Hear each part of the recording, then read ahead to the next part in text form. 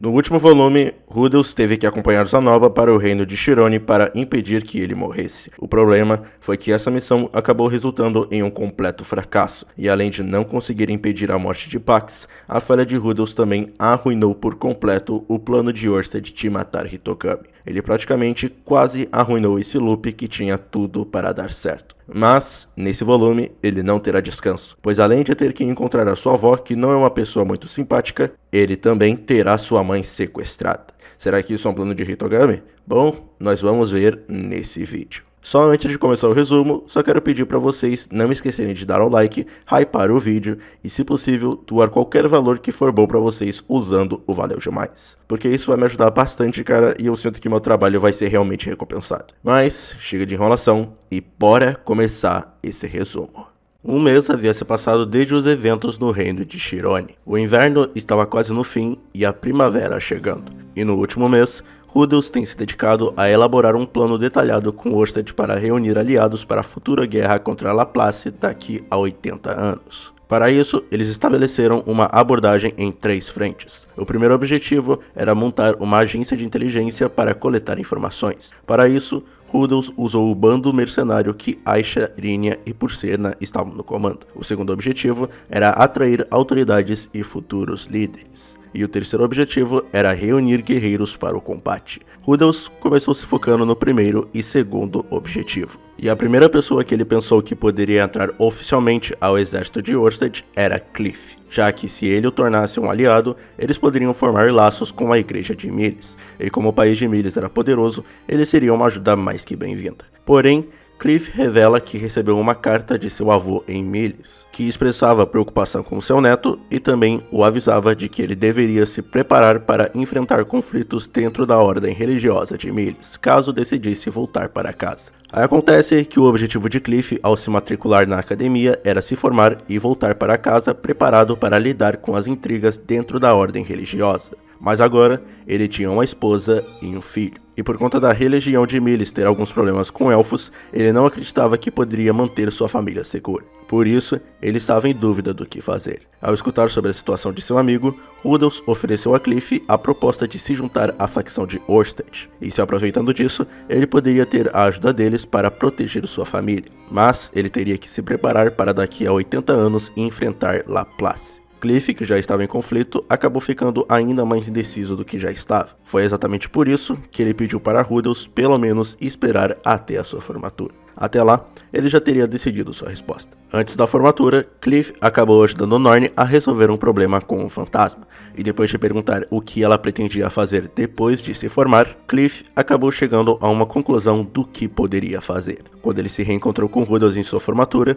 Cliff diz que planejava ficar com Elenalise e seu filho por pelo menos mais um ano, e depois de passar um tempo com sua família, ele voltaria sozinho para sua casa, e com suas próprias forças, pretendia subir na hierarquia da Ordem de Miles. Afinal, ele não passou todos esses anos na academia para ficar dependendo de Rudels. Esse era o seu desejo de testar sua própria capacidade. E assim que estivesse no topo da Ordem de Miles, ele se tornaria um associado de Rudels e Orsted. Embora não estivesse feliz, Elenalise aceitou a decisão de seu marido. Rudels também ficou em conflito com a decisão dele, pois acreditava que isso era mais um plano de Hitogami, mas também reconhece que, ao permitir que ele lute sozinho, isso pode estimular o crescimento pessoal de Cliff. Enquanto Cliff estivesse trabalhando em si mesmo, Rudels planeja entrar em contato com Ariel e aumentar a força mercenária. Depois de terminarem suas conversas sérias, todos vão comemorar a formatura de Cliff e Zanoba.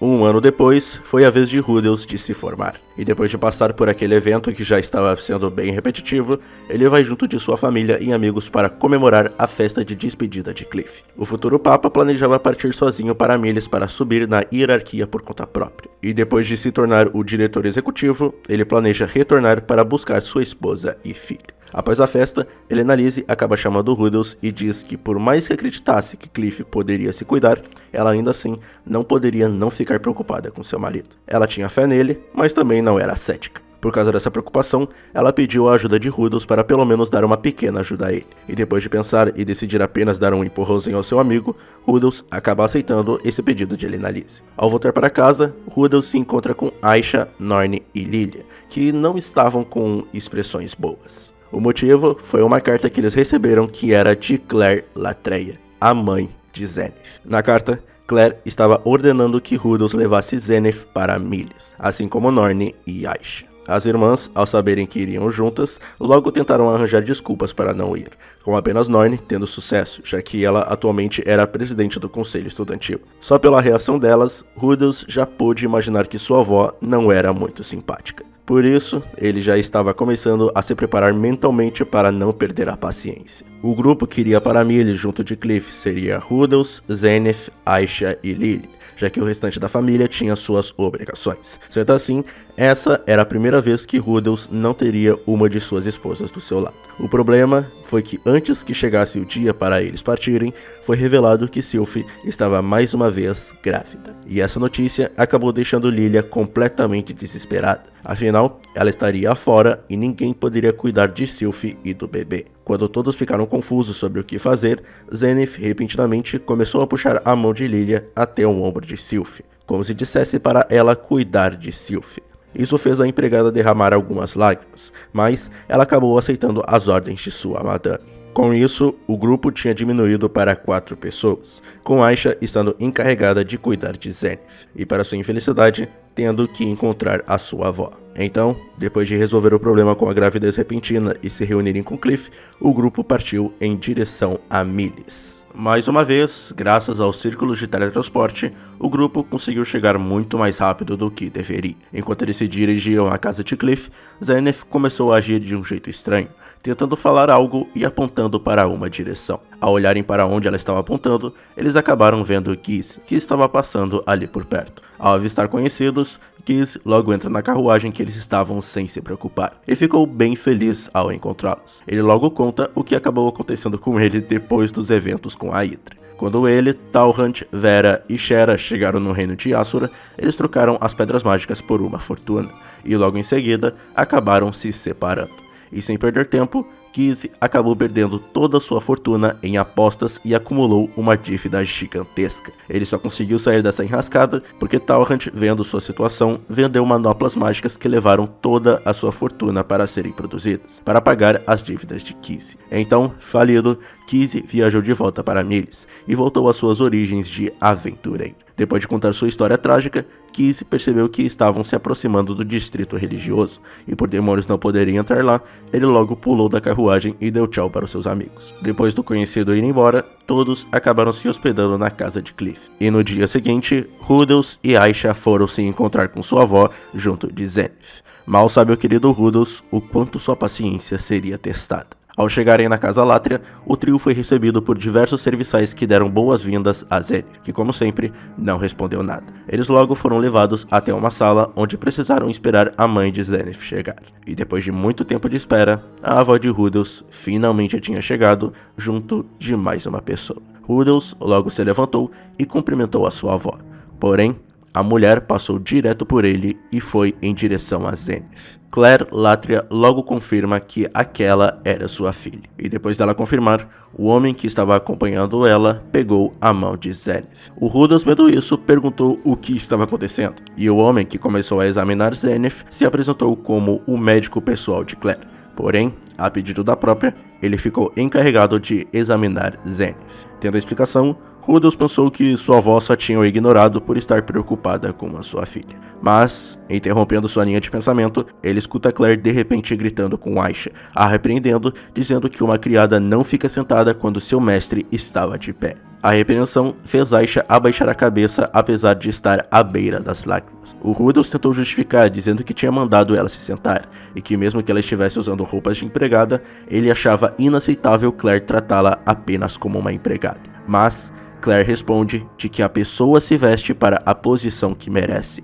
e uma pessoa que se veste de empregada será tratada como uma empregada. Como se não bastasse esse desrespeito, Claire também não se conteve para desprezar Rudolph como chefe da família Greirat. Ela apenas se acalmou quando Rudolph mostrou uma prova de ser subordinado de Jötun. Só depois disso que ela acabou se desculpando. Mas ela não pararia por aí. Depois dessa primeira interação, que já não foi das melhores, Claire acaba perguntando para Rudolph como estava a Norne. Ela ficou impressionada por sua neta ter se tornado presidente do conselho estudantil, já que ela acreditava que a garota era um fracasso nato. Ela logo pergunta quais eram os planos futuros para o casamento de Norn, e depois de Rudolf dizer que ela não tinha, Claire diz que depois de se formar, ela iria para a Casa Latria para que ela encontrasse um par apropriado. Rudolf, que não estava conseguindo acompanhar direito, tentou argumentar dizendo que isso seria contra a vontade de Norn, mas Claire não se importou e apenas disse que era o dever do chefe da família garantir que as mulheres de sua casa se casem. E para não causar nenhuma confusão ou briga, Rudolf se acalma e diz que assumiria a responsabilidade pelo futuro de Norn, o que satisfez Claire, já que era trabalho dele. Enquanto eles conversavam, o médico tinha terminado de examinar Zenith. Segundo ele, o corpo dela era a definição de saúde. Inclusive, ela tinha a sua época do mês. Isso exigiria alguns cuidados, mas devia ser possível. Saber da fertilidade de sua filha deixou Claire satisfeita, e achando aquilo estranho, Rudolf faz uma brincadeira, dizendo que pensava que ela pretendia casar Zenith de novo. E a resposta que ele teve de Claire foi de que no país sagrado de Milis, o valor de uma mulher é decidido por sua capacidade de gerar filhos. Aquelas que não conseguem, às vezes nem são vistos como humanos. Isso deixou Rudolf em choque, porque ela não tinha negado o que ele falou. E sem que ele pudesse processar a situação direito, Claire logo ordena que Rudolf cortasse relações com Cliff. Segundo ela, a Casa Latria atualmente opera ao lado dos cardinalistas, e por isso ela o proibia de confraternizar com o papalista, e caso ele recusasse, ele não seria bem-vindo à Casa Latria. Já tendo aturado muito do desrespeito e intromissão de sua avó, Rudolf, que ficou bem irritado, pretendia terminar a reunião ali mesmo antes de causar alguma confusão. Mas, infelizmente, sua avó parecia decidida em testar sua paciência, porque logo antes que ele pudesse dizer algo, Claire praticamente ordena que Rudolf deixasse Zenith na Casa Latria e fosse embora imediatamente. A mente de Rudolf parou na mesma hora, e ele perguntou o que exatamente ela queria dizer com aquilo. Claire diz que por mais que Zenith tenha se tornado isso, ela ainda podia ter filhos. Então, o casamento era uma opção. Ela faria que Zenith se casasse com um nobre cardialista. Ela estava praticamente dizendo que forçaria uma pessoa que não consegue nem mesmo se comunicar a se casar. Praticamente tratando sua própria filha como um objeto. Naquele momento, Rudolf, pela primeira vez, ouviu o som de um vaso sanguíneo estourando.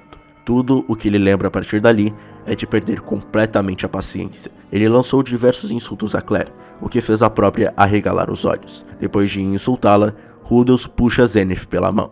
Porém, Claire o interrompe, dizendo que ele não deveria fazer isso. Se Zenith estivesse sã, ela concordaria.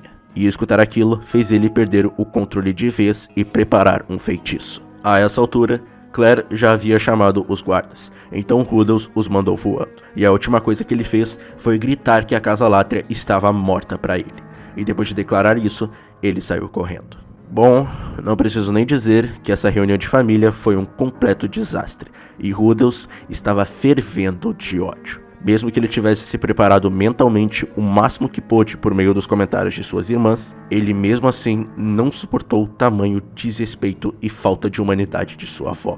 E sinceramente, aquele surto de raiva foi tão grande que Rudolf ficou totalmente exausto, e junto de sua mãe e irmã, voltou para a casa de Cliff. Após a confusão com a família e se acalmar um pouco, Rudolf deixou Zenith, Aisha e uma assistente de Cliff na casa, enquanto junto do próprio Cliff, Rudolf o acompanhou até a sede da igreja de Milis para poder ter o apoio do Papa para criar um grupo mercenário. Acabou tendo um problema de Cliff precisar de uma licença temporária para Rudolf poder entrar na igreja, e enquanto esperava, Rudolf acabou se deparando com uma garota que tinha vários guardas em volta dela. Os guardas acabaram percebendo Rudolf e, sem perguntar muito, logo queriam cortar a cabeça dele. Para a sorte do garoto, uma mulher logo mandou os guardas abaixarem suas espadas. E essa mulher que o salvou era a sua tia Therese Latria, que, para quem não lembra, apareceu no OVA da Ares bem brevemente e acabou sendo cortada do anime quando ele estava adaptando o volume 5. Não só ela, como também a garota que Rudolf tinha avistado também tinha aparecido no OVA.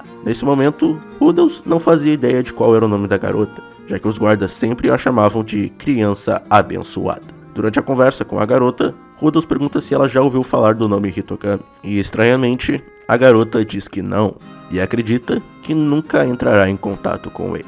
Ela demonstrou ter algum tipo de poder que provavelmente era sua bênção, mas Rudolf não conseguiu ter certeza. Além disso, a criança abençoada acabou ficando muito feliz quando soube que Rudolph conhecia eles e queria conversar sobre ela. Depois de prometer conversar de novo com a criança abençoada e conseguir o apoio do Papa para o seu grupo de mercenários, Rudolph volta para a casa de Cliff.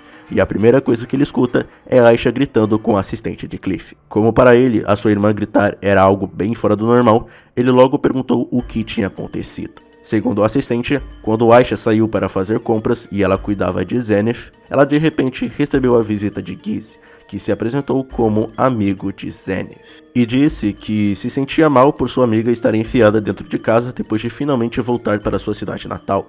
Por isso, ele queria levá-la para ver os pontos turísticos. E a assistente de Cliff simplesmente deixou Zenith aos cuidados de Giz. O problema foi que depois de horas, eles nunca mais voltaram. E não importa onde eles procurassem, eles nunca os encontraram novamente. Ouvir aquilo deixou tanto Aisha quanto Rudolph completamente desesperados. Por Giz estar com Zenith, Rudolph conseguiu manter um pouco da calma, mas ele ainda estava ansioso. Por conta disso, junto de sua irmã, Rudolph foi em direção ao Distrito dos Aventureiros para ver se ele conseguia alguma pista. Ele não tinha ideia de quem em Miles era aliado ou inimigo. Em uma luta contra o Deus Homem, ele nunca poderia saber a verdade. Mas diferente de Chirone, ele já se preparou para o que estava por vir e saltou para o céu noturno. Sim, esse foi o final do volume, e só estamos na metade do arco. O próximo volume vai dar um fim a esse arco e vamos ter as respostas sobre todas essas coisas estranhas que estão acontecendo. Como sempre, se nada der errado, pretendo postar o próximo volume semana que vem. Mas se qualquer coisa não for conforme planejado, pretendo avisar. Então, como eu pedi, caso vocês tenham gostado do vídeo, deixe seu like, hypem o vídeo e, se possível, usem o Valeu Demais. Então, é isso, gente. Até o próximo vídeo.